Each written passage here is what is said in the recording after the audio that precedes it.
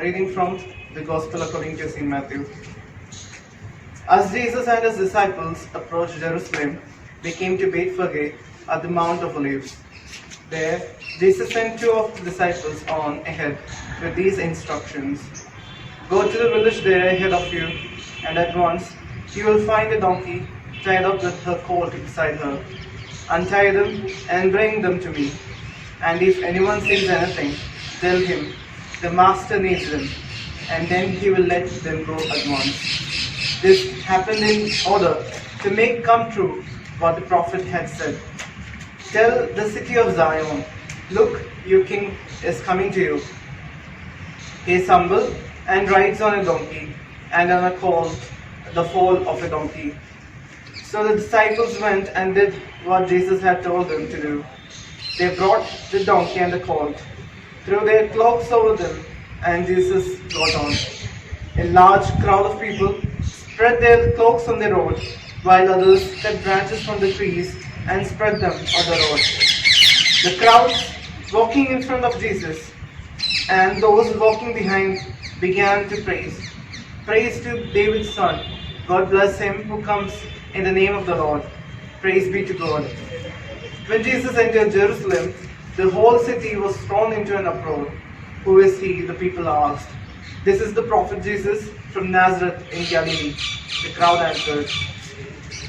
Jesus went into the temple and drove out all those who were buying and selling there. He overturned the tables of the money changers and the stools of those who sold pigeons, and said to them, "It is written in the scriptures that God said, 'My temple will be called a house of prayer,' but you are making it a hideout for the thieves." The blind and the crippled came to him in the temple, and he healed them. The chief priests and teachers of the law became angry when they saw the wonderful things he was doing, and the children shouting in the temple, "Praise to David's son." So they asked Jesus, "Do you hear what they are saying?" "Indeed, I do," answered Jesus. "Indeed, I do," answered Jesus. "Haven't you read the scripture? You have trained children and babies to offer perfect praise." Jesus left them and went out to the city to Bethany, where he spent the night. On his way back to the city early next morning, Jesus was hungry. He saw a fig tree by the side of the road and went to it, but found nothing on it except leaves. So he said to the tree, "You will never again bear fruit." At once the fig tree dried up. The disciples saw this, and they were astounded. "How did the fig tree dry up so quickly?" Jesus answered, "I assure you that if you believe and do not doubt, you will be able to do what I have done to this fig tree. And not only this, but you will even be able to say to the hill, 'Get up and throw yourself into the sea,' and it will. If you believe, you will receive whatever you ask for in prayer." Jesus came back to the temple, and as he taught, the chief priests and the elders came to him and asked, "What right do you have to do these things? Who gave you such right?" Jesus answered, "I will ask you just one question. And if you give me an answer, I will tell you what right I have to do these things. Where did John's right to baptize come from? Was it from God or from human beings?" They started to argue among themselves. "What shall we say?" If we answer, "From God," he will say to us, "Why then did you not believe in John?"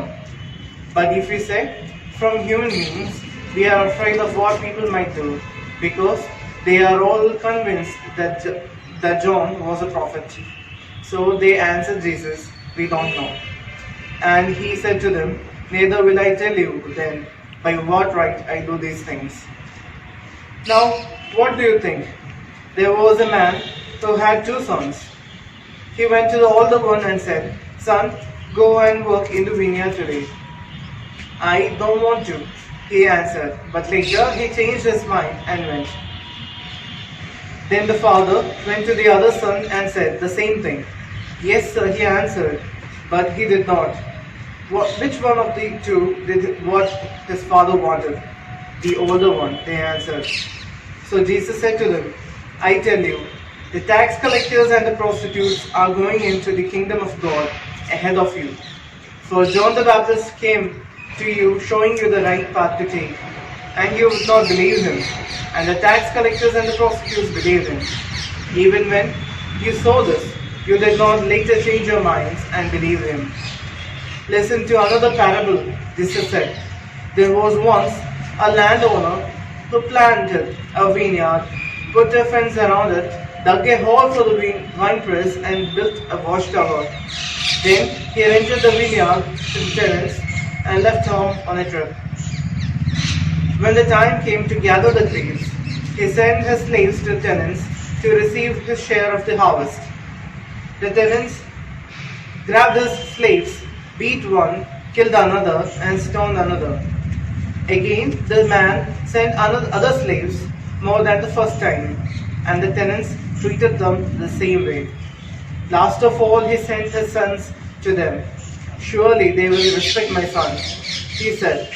But when the tenants saw the son, they said to themselves, this is the owner's son. Come on, let's kill him, and we will get his property.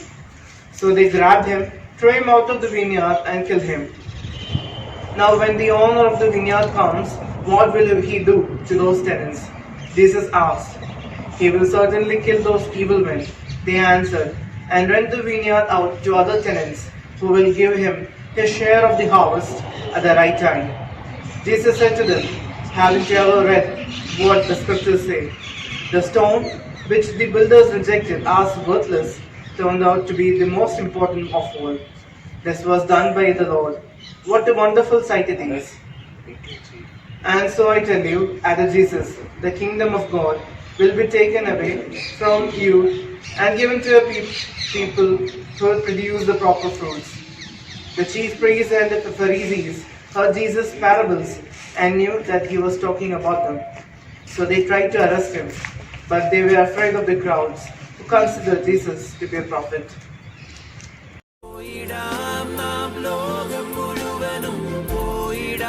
സുവിശേഷവുമായി പോയിടാം.